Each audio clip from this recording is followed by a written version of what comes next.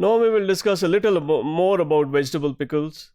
As you know that the sauerkraut was a type of example where only one raw material is used, but it is also possible, especially like in our cuisine, that we use blend of vegetables that are fermented, and then they are very much liked as well, and there's a bigger chunk of these products that get into the market because of the popularity and acceptance of this kind of products in the market.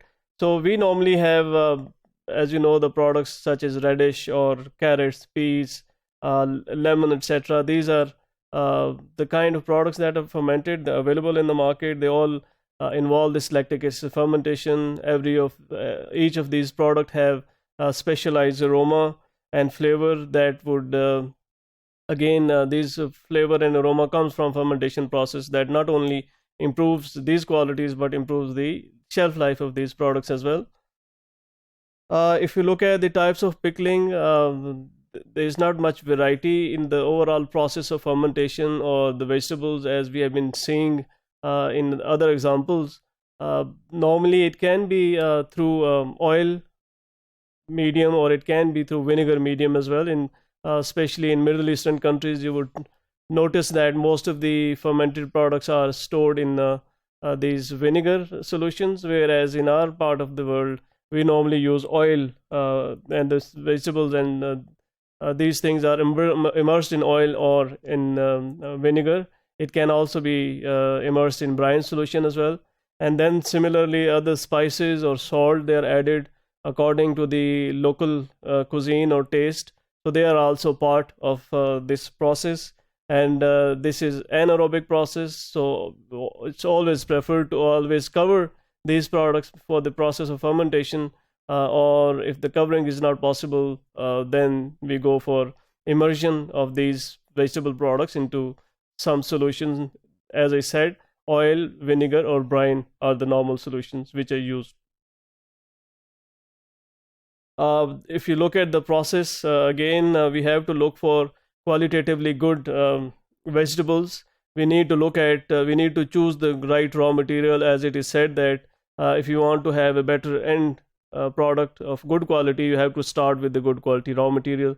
So the raw material selection is very vital and important. We need to look at all the desirable traits in these raw materials before selection. And then comes the process of preparation of these for next fermentation process. It includes, as I said, cleaning or dicing or cutting into halves, or maybe shredding, depending upon the type of products we are dealing with. And the salt is added along with other spices if needed, or if they are acceptable for a product. Then these are filled into airtight containers, and oil are added, or any salts are added, or any other solution can be added.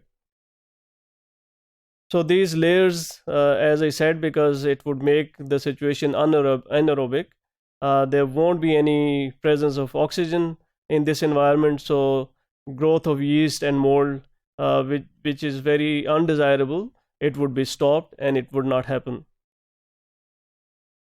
In case of non-fermented pickles, we have to look at this few factors such as selection of fruits.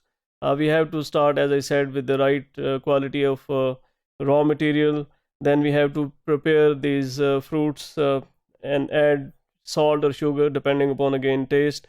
They are cooked. Normally this is a slightly different process because the structure of some of the fruits may be hard, and they might need to be cooked so that the structure becomes soft and it becomes easy for the growth of fermenting bacteria.